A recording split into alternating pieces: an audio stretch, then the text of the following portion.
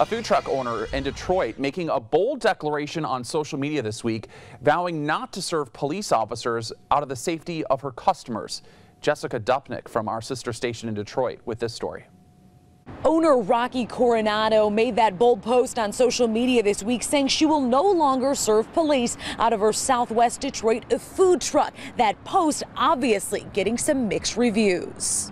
A vow not to serve police. Owner of food truck Rocky's Road Brew in Detroit, Rocky Coronado, says it's because, quote, the majority of my neighbors, customers, and myself do not feel safe around law enforcement agents. I just felt like it was pretty inappropriate.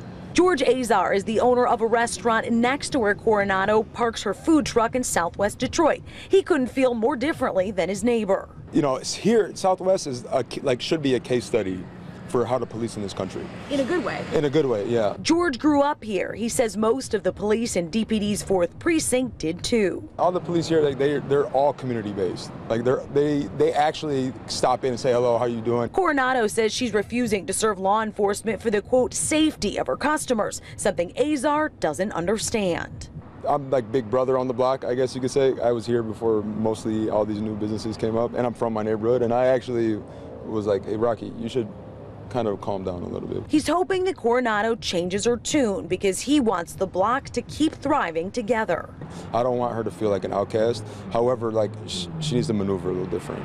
We talked with Detroit Police Union President Mark Diaz about this. He says the news is disappointing, but his officers will continue to serve everyone. We did try and contact Rocky Coronado, but did not hear back. In Detroit, Jessica Dupnick, Fox 2 News.